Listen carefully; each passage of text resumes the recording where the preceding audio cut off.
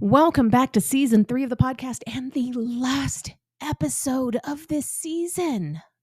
That means this Friday coming up starts a brand new season, season 4. That's right. But today's episode is going to be a very special guest. For now, I'm going to introduce myself. I'm Amanda, your host. As many of you know, I wrote my autobiography as a survivor of human trafficking. It's called Custom Justice, in case you didn't know. Keeping in line with that, this entire season has been dedicated to interviewing other people who wrote about their own experiences as trauma survivors and how they overcame their past. As much as we all hate commercials, of course, they are a necessary evil these days, and that's what keeps the show on the air. So you can show support by purchasing one of my mini books or donating through PayPal or leaving a review on whatever platform you listen to this podcast on. That goes a long way to helping other people find the podcast. As always, a portion of everything that I make does go to local organizations to help fight human trafficking. So look in the description of this podcast to find the links for the books or donations if you'd like to help out on that mission. Hey, folks, welcome back to the podcast. As always, I'm your host, Amanda Blackwood. I have with me a pretty amazing young lady today. She's going to tell you all about her story of resilience and handling life's obstacles and upheavals. And she's got an incredible amount of courage. So welcome to the show, Kate Eckman. Thank you so much for having me. It's a joy to be here with you. Of course, of course. And I know that we had originally scheduled it for sometime last week, so I apologize. And it's nice to have somebody with your kind of history who still has the flexibility to be able to work with me when I'm not well. So I appreciate you. You're amazing.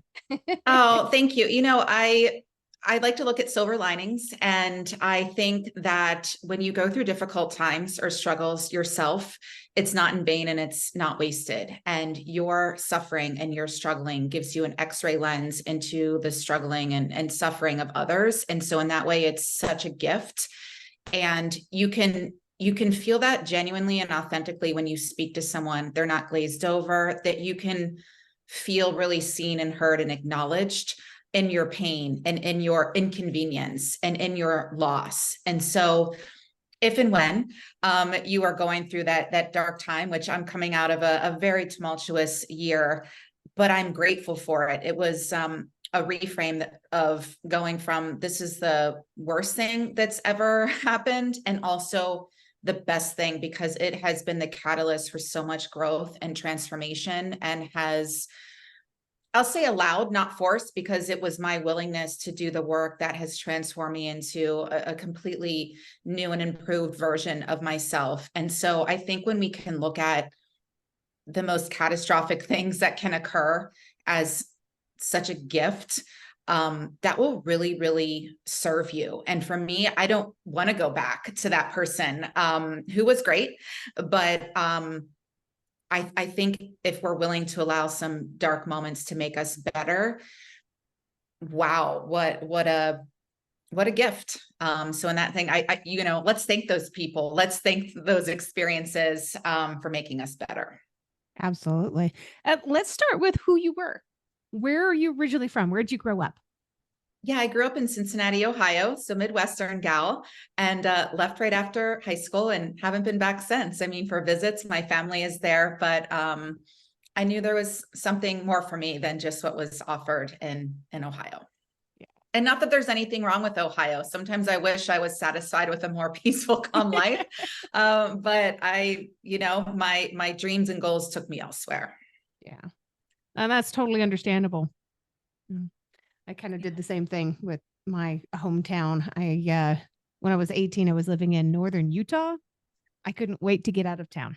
I think a lot of people, and God love the people that are just, they're good where they are. But I think a lot of people want to spread their wings and see what else is out there. And whatever your calling is, I think the message is to answer that call, whatever that may be.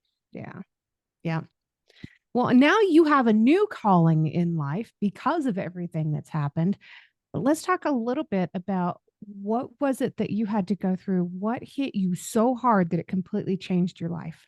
Yeah, I mean, I had a different thing this past year, but and what caused me to really shift gears and transform the way I was choosing to view myself in my life is losing two loved ones to suicide in 1 year, and not just the pain of those tragedies, but also what it meant for me. And like them, and like most of us, I will say, choosing to put our self-worth and people and sources outside of ourselves. And when we do that, we can never truly have enough or be enough. So really having to go within, I went back to school and studied positive psychology, whole person coaching techniques, neuroscience, and really wanted to get a handle on inner fitness, which a mental, emotional, and spiritual strength, resilience, and confidence that we can only build from within. And that gave birth to my book that I have here, The Full Spirit Workout. And so, and then last year, I think sometimes we all can get into jobs or relationships that we think are one thing and they turn out to be something totally different.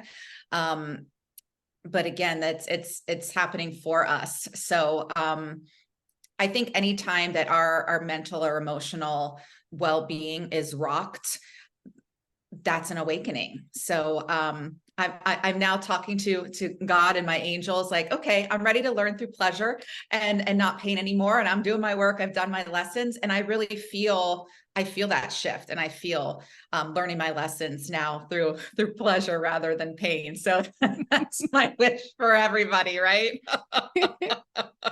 And I love that you're talking about finding that sense of value within yourself, because there's so many people who find and anchor their sense of value to other things and other people and other positions. I've known people that have tied their entire sense of personal value to the job that they've had. Their job is not who they are. The job is just what they do. Yeah, I think we're all guilty of that. I think women primarily, and it's I don't want to say it's our fault, it's this, we're all given these scripts at birth. And part of women is, you need to do everything and you better look perfect while you're doing it. And so much value is placed on what we look like and those externals. With men, it is more about the job and how much money you have. And these are so outdated dinosaur concepts, but yet you see it played out every day.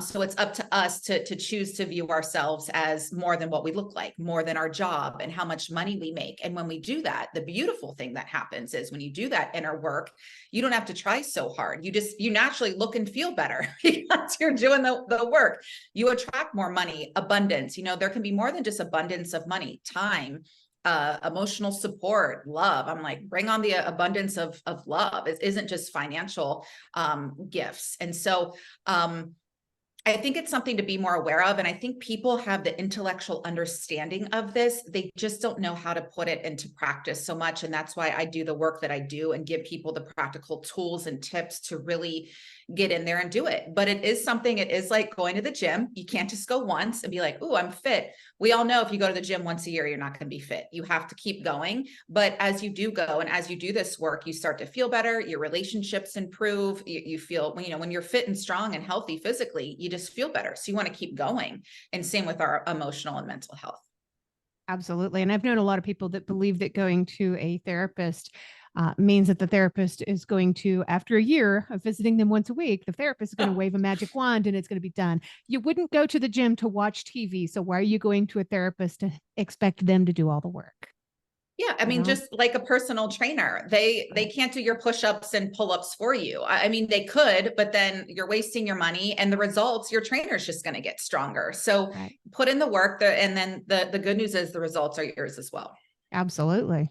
So how did your life overall and your personality and everything kind of change when things kind of went sideways when you lost your loved ones?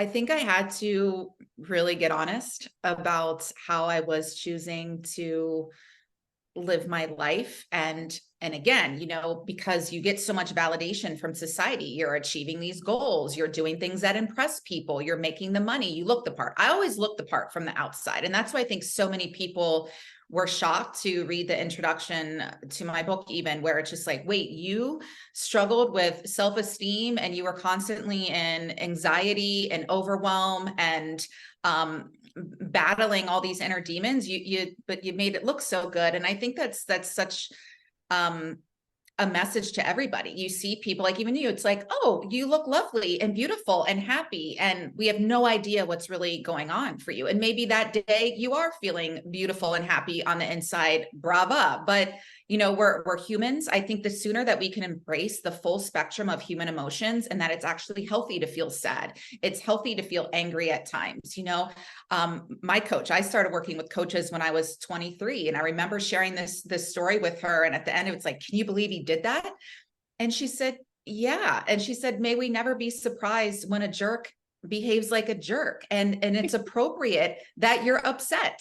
We're not robots, we're not blow up dolls. And so allow yourself to feel that. As my coach now says to me, if I'm upset, she said, you get to be. And then what are we going to do with it? You talk about it, you release it, and then it's like, okay, what decision am I going to make from there? Right. Wow. What do you feel like was the most helpful when you were trying to recover from everything that you were having to go through? I think a support system, and didn't really have a huge one emotionally, but that's so important, and to really seek that out. Even if you pay for it with professionals. What just came to mind when you asked that immediately was I let myself off the hook, and this is a practice that is not easy for me or anybody, I think, but even right now, kind of allowing myself to take more time off or some downtime to heal, and knowing that in that time off, in that quiet time, I'm receiving the downloads and upgrades and resting and transforming into this 2.0 version of myself, if you will. And that is achieving something rather than this constant hustle and grind. And I got to be at the computer 12 hours a day and constantly be achieving and performing and accomplishing, and knowing that peace of mind is an accomplishment. Having a 3-hour lunch with your friend you haven't seen in years and connecting in a deep and meaningful way is accomplishing something. And so really getting a handle on the reframing. But for me, it is, even yesterday, I caught myself, I'm like, oh my gosh, is this me owning and embracing not working today on what was it, like a Thursday or whatever day it was, a work day, if you will.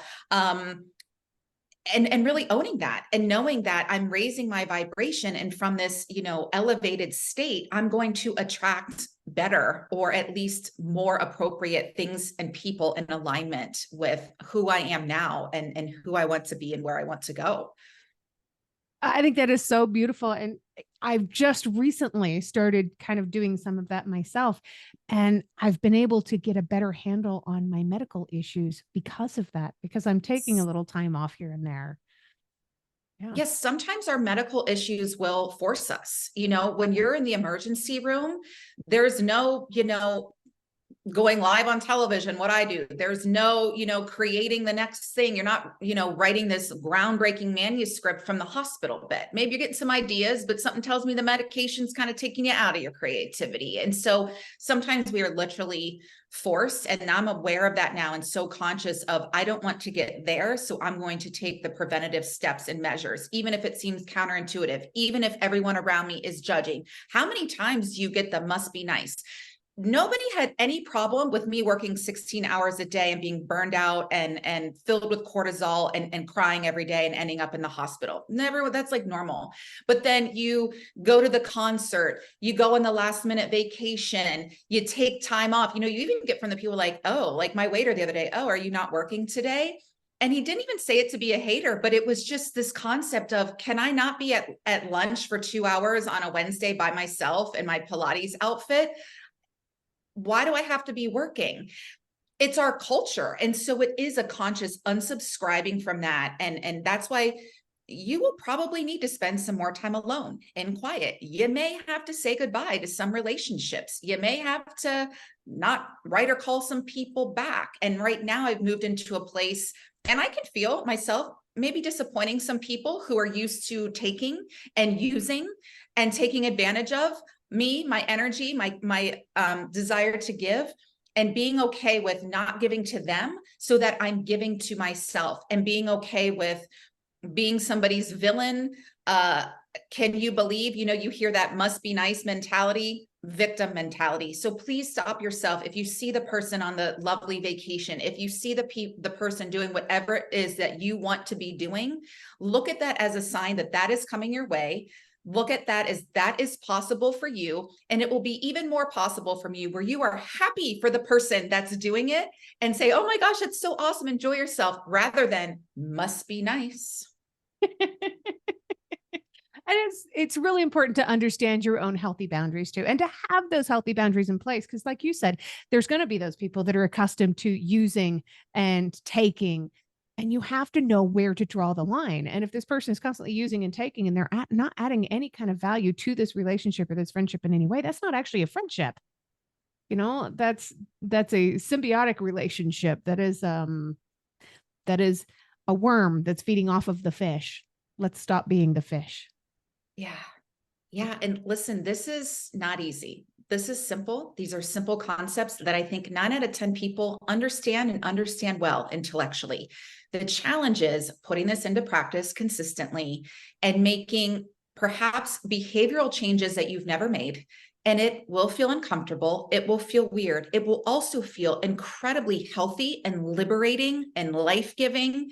And you will be like, gosh, I feel like an entirely different person. And it's because you are, and either they can adapt to that new and improved version of yourself, or they can fall away, and either is a blessing. And for me, I'm would rather call in the people who can meet me where I am and who know how to properly love me. I have moments when I'm in my, like, now I feel great when I'm in my moments, I'm in that, and I think this is how it's like even a golden retriever puppy is going to bite you after you poke it in the face for the 10th time. And so for me, I'm like, love me properly or respectfully, leave me alone.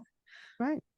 And the people that are afraid to lose those friendships because they think I don't have any other friends, again, it comes back to putting your own sense of value in the wrong things. You're putting your own sense of value into this friendship that's not really a friendship in the first place. It's okay to let those people go. Yeah. It's necessary. Right. Right. Absolutely. For so many reasons. Yeah. Yeah. And sometimes it's family members, which is hard too. I've done Yeah, that. there's a lot to say on that, but I think it's just important that that's even a possibility too, if it needs to be. Right. Yep. I had to do that with my family years ago, and I miss them, but that doesn't mean that it would be any benefit to me to allow them back in my life. Oh, and I'm so sorry to hear that. I like my concept too. I've adopted is yes, and I'm sorry to hear that. Yes, and I'm really proud of you for establishing that boundary. That sounds like it was to the benefit of your health. It was. And thank you. I love the way you frame that. Yes. And I need to remember that. Yes, and this sucks. Yes, and this is going to be the catalyst for something so much better. Yeah. Yeah. Absolutely. So tell me a little bit about your book. What inspired you to write your book? Yeah, it was this, tragedy I had and losing 2 loved ones to suicide. And it was really the birth of, I was an athlete for 17 years. I was a competitive swimmer, and I knew how hard I had to train my physical muscles to compete at a high level. And I thought there really isn't programs, at least mainstream, that talk consistently. It's this obsession in our culture about our physical muscles and appearance. But what about our mental, emotional, and spiritual muscles? We aren't working those out on a consistent basis to be strong and resilient and confident from within, which is from within, so without. And so I went back to school and studied these concepts and created a program that helps us become, Olympic athletes on the inside. I said my abs, my physical abs, no 6-pack, but my spirit is the 6-pack washboard abs. I'll go up against any Olympians because I do the work. I think that's what I love about this book, is that it really is a life resource tool that you can refer to again and again. I made it for all different types, however you learn your thought process. Some people learn by journaling. Some people absorb through meditation. Some need the Coach Kate check-ins where I ask all of the deep questions, which is great, especially if you aren't in a place to afford a professional coach, where you can take yourself through that programming, and also with stories with a lot of science and research. So I really packed it for everybody and their learning style. And it really is a book for everyone. I think teenage and up. I have 80-year-olds that give me great feedback. I've got the high school and college kids who think, oh my gosh. And I think for myself too, I would have loved this resource when I was growing up because there just wasn't this emphasis. And so it does have the spiritual components as well as the mental and emotional. And it's called the Full Spirit Workout because it is a play on the full body workout that you often hear advertised at the gym. But the full spirit is about, bringing your full spirit to everything you do and everyone you meet. It's showing up like you mean it. It's knowing that no one can destroy your spirit. They may be able to destroy other things. We see that in our world today, but really, your spirit, it's your experiences, it's your education, it's your relationships, it's your relationship with yourself and source, if you believe in a higher power. And that's what I love. Like nobody can ever kill our spirit. I mean, people will try, but our spirit is eternal. And so it's really living life from this place rather than from the ego, who's just constantly on our case telling us that we aren't good enough. And there's enough people out there telling us that we're not good enough. We need to silence the voices in our own heads trying to repeat the same message. Yeah, absolutely. Do you feel like a lot of these lessons are more difficult to teach now because of social media and how we're tied into the value that social media brings to our lives? It's interesting, I do think about this and something I hear a lot. And even, I love my intuitives that I see on social media or that I meet. And, I'll do a reading with them, for instance, and I get just beautiful feedback. And a few people have said, and it was such a compliment, but also, they almost phrase it in like, yeah, I can see where it's kind of like a detriment to doing some of these things, where they said, your heart is so pure. And I don't even want to put out there that, people, what is that saying? Like good guys finish last. And it's, you see in our culture, a lot of evil forces and people with evil intentions. There's just like extreme greed. They will screw everybody and anybody over through lies and everything else to get ahead and to create this wealth. Eventually that catches up to people, and anything done in the dark will eventually come to light. And so sometimes it does just, it's like, man, as people say, you're fighting the good fight with these concepts and really leading with love and heart and morals and values and strengths and things like that. It's not the TikToks that go viral, like here's how to make $1 million in 5 hours. That's not what I'm doing here. I'm teaching the long game, really. It's like doing this work so that you become the person who can actually achieve your cherished goals and live this deeply fun and fulfilling life and have the abundance, whatever that means for you, and the relationships. And so a lot of it does seem counterintuitive at first because I'm going against, the thinking of the world that is all of those things that we all know. And so I will say this does work if you do. And it's been fun for me working with professional coaches for them to just see. And even they're just like, wow, you've done the work and it's working. It doesn't happen overnight, just like getting super fit. You're not dropping 50 pounds of fat that's harming your health and getting super fit in a day. It does take time, but that process is so rewarding. And in that time, you come and develop the character to maintain that and to take it to the next level, and then also teach and help others if that's your goal. But this stuff really does work if you do, but even like the making, the people that are like, oh, make $1 million, do all these things. There's people that do that, but you have to post like 30 times a day and do all that. And so a lot of people, they're not willing to do that either. And so they fail. So why not do something that is actually going to work? And whether you get the $1 million or not, you're going to feel like a gazillionaire on the inside. That's absolutely beautiful. I love it. I love it.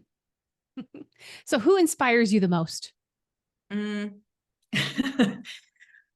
But the first thing that came to mind was God, and God to me is love. It's not religion. God inspires me the most. My angels, my loved ones who have crossed over, who are always around and guiding and loving and supporting me. I think anyone who is willing to see and accept their own divinity and lead with that. I'm kind of in my heart, but leading with that heart and love space. I think people who have stayed true to their values and haven't compromised them, even if it means the end of relationships, jobs, things like that.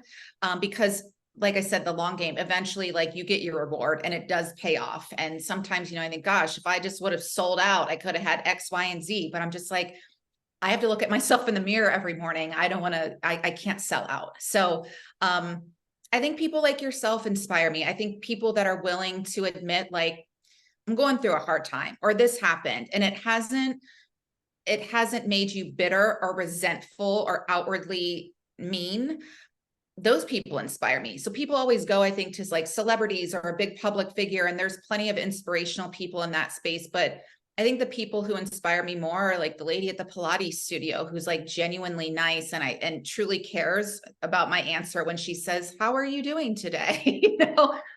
Those people inspire me. Awesome. And I know you have a copy of your book there handy. Have you got a part of it that you would like to read for us? Sure. I'll read you part of the introduction. I'll kind of look at you because I don't want to go on and on, but I'll read a little bit. If you looked at my life from the outside, you might be surprised to learn that I spent most of my years getting in my own way. Despite achieving many goals and building a successful career, I was often in turmoil, filled with anxiety and insecurity. My life was all about impressing other people or attaining some image of success that I'd borrowed from society. But who was I on the inside? Who was the real me? And what did that real me really want? For a long time, I had no idea. If you're anything like I was, you're tired of living a life based on comparison, competition, fear, and lack. You're looking for a system that helps you live your life based on love, support, faith, abundance, and authenticity.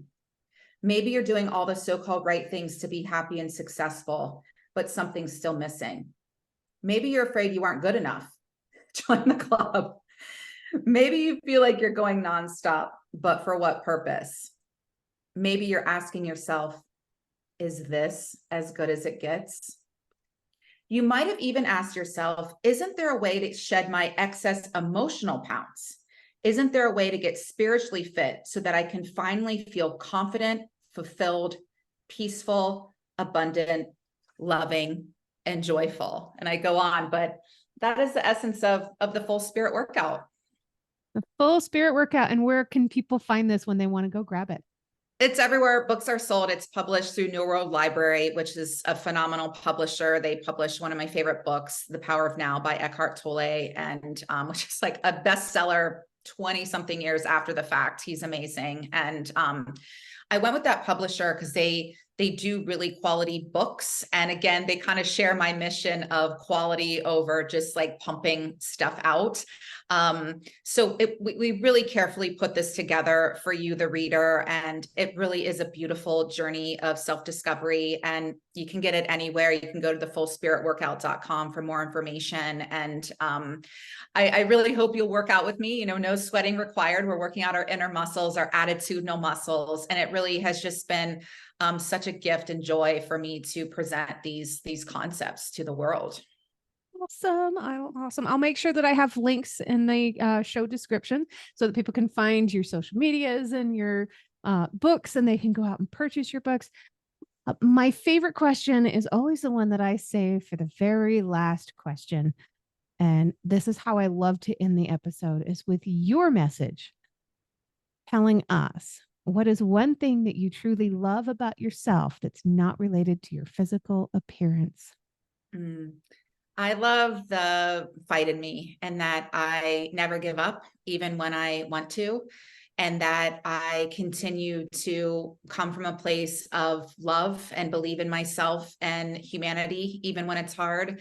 And that I really just want to be such a huge source of light and inspiration in people's lives. And I truly, truly care about you, whether we just met or I've known you. And I haven't compromised my values, despite many situations that would have rewarded me for that, candidly. So I love my full spirit.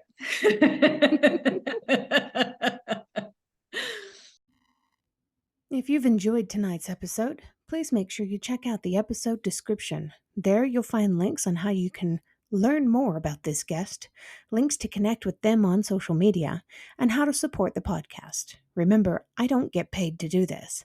My boss is a bit tight-fisted. I can say that. I work for myself. In short, this show really is all about the guest. If you've enjoyed their interview, please feel free to let them know. You can also tune in to my other podcast, Growth from Darkness, which is co-hosted by a lovely lady from Australia. We talk about what trauma responses are and healthy ways to move beyond the past. For more information, just go to growthfromdarkness.com. You can also follow us on Facebook at facebook.com/growthfromdarkness.